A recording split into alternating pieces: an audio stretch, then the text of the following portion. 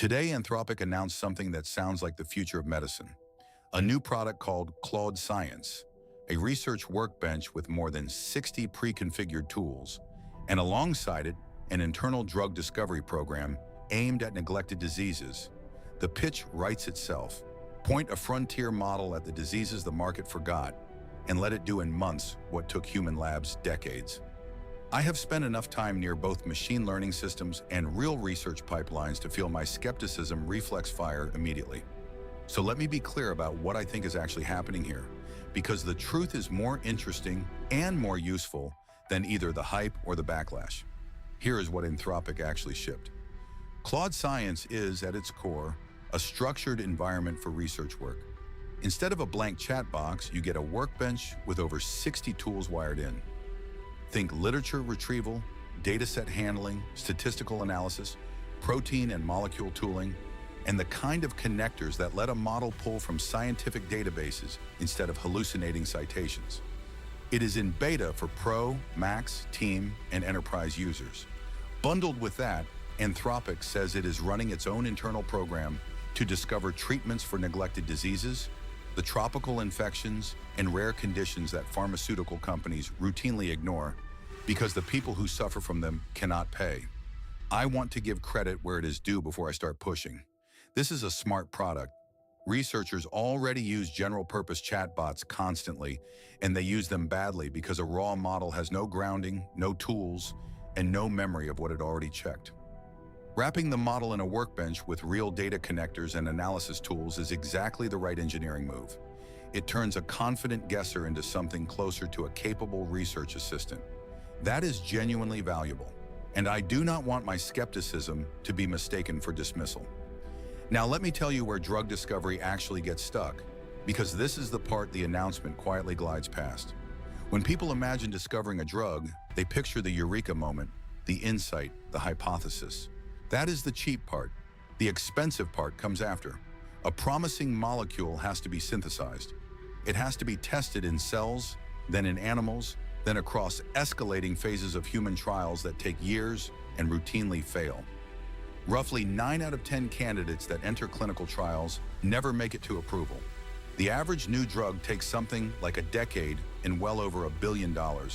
And the overwhelming majority of that time and money is burned in the wet lab and the clinic, not in the library. So here is the engineering logic that matters.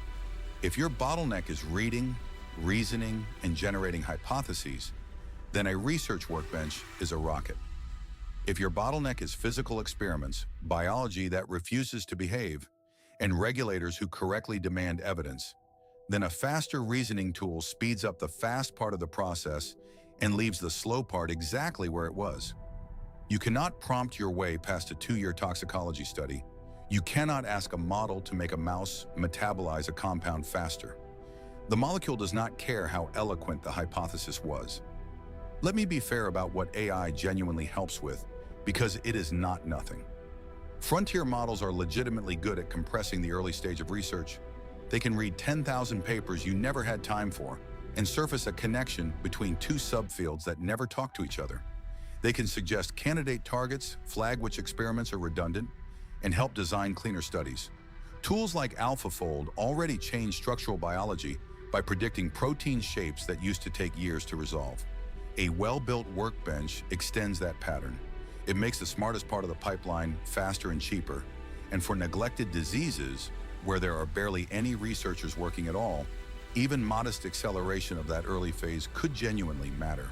A tiny team punching above its weight is exactly the scenario where these tools shine.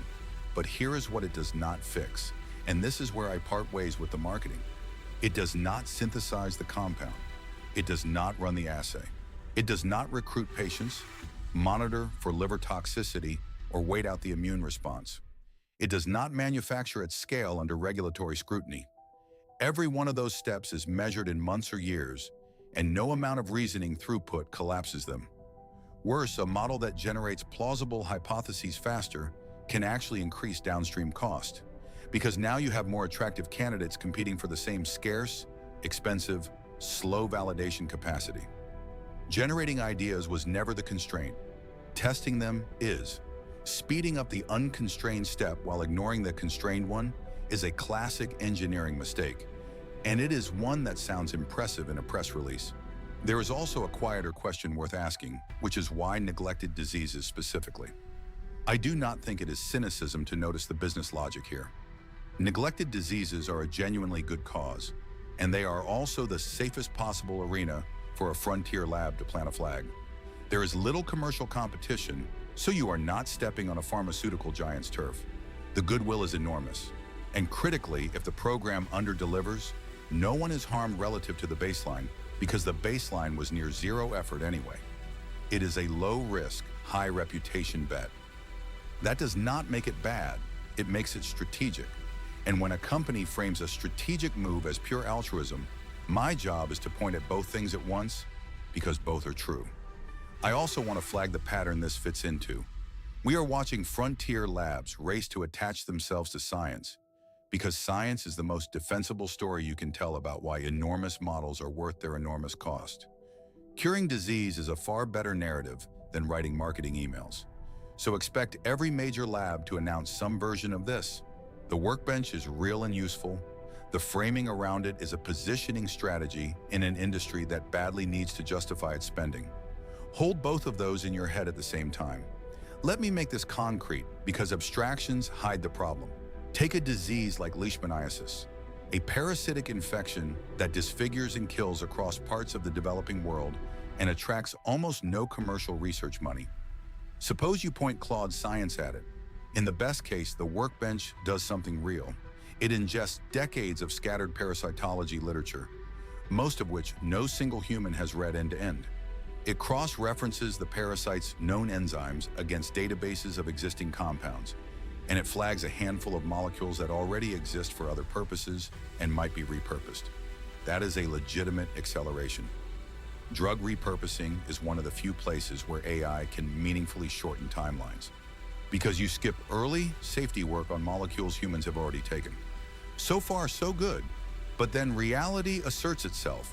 Someone still has to acquire those compounds, run them against live parasites in a biosafety lab, check whether they actually reach the tissues where the parasite hides, and confirm they do not poison the patient at the dose required. Each of those steps is a physical experiment with a fixed clock, and the model is now standing on the sidelines watching, because its job is done and biology's job has just begun. The workbench got you to the starting line of the hard race faster. It did not run the race.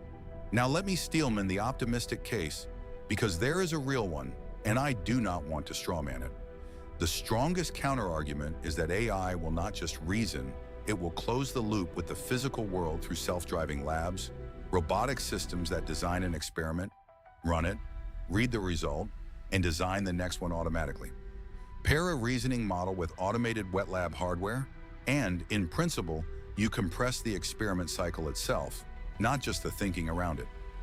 I take this seriously, and it is the direction that would actually move the needle. But two things keep me grounded. First, self-driving labs today handle a narrow slice of chemistry and biology, mostly well-defined, highly repeatable assays, not the messy living systems where neglected disease research lives. Second, and this is the wall nobody engineers their way around, clinical trials in humans are not a throughput problem you can automate. They are a safety and ethics process that is slow on purpose. You cannot parallelize a 2-year study of what a drug does to a human liver by buying more robots. So even the optimistic future speeds up the middle of the pipeline while the beginning and the end stay stubbornly human. That is a meaningful gain. It is not the collapse of the timeline that the framing implies. There is one more problem I cannot ignore, and it is the one that worries me most as an engineer. How do you know the model is right? In software, a wrong answer usually announces itself. The code crashes, the test fails, the build goes red. In science, a plausible but wrong hypothesis can look exactly like a good one for months, until an expensive experiment quietly disproves it. Frontier models are fluent, confident, and occasionally confidently wrong in ways that are genuinely hard to catch, and they are trained to sound authoritative, whether or not they have earned it. Point that at a field with thin ground truth, a neglected disease that nobody has studied deeply, And you have a machine that can produce 100 beautiful, citation-backed hypotheses, some fraction of which are subtly fictional. The workbench with real data connectors helps here, because grounding a model in actual databases genuinely reduces hallucination, but it does not eliminate it. And the cost of chasing a wrong lead in drug discovery is not a bug report you file and forget. It is a year and a budget you never get back. So the tool does not just have to be fast. It has to be trustworthy enough that a small team will stake scarce resources on what it tells them, and that bar sits far above a polished demo. We do not yet have good ways to measure whether these systems clear it. So what is my verdict? Claude Science is a real useful tool, and I would recommend it to any researcher who is currently fighting a raw chatbot to do grounded work. Wrapping a strong model in 60 tools with real data access is the correct move, and it will compress the reading and reasoning phase of research in a way that saves real time. The Neglected Disease Program is a legitimately good thing to fund, and I hope it produces something. But the story that AI is about to dramatically speed up drug discovery is, for now, mostly a story about speeding up the part that was never the bottleneck. The molecule still has to survive biology, and biology runs on its own clock.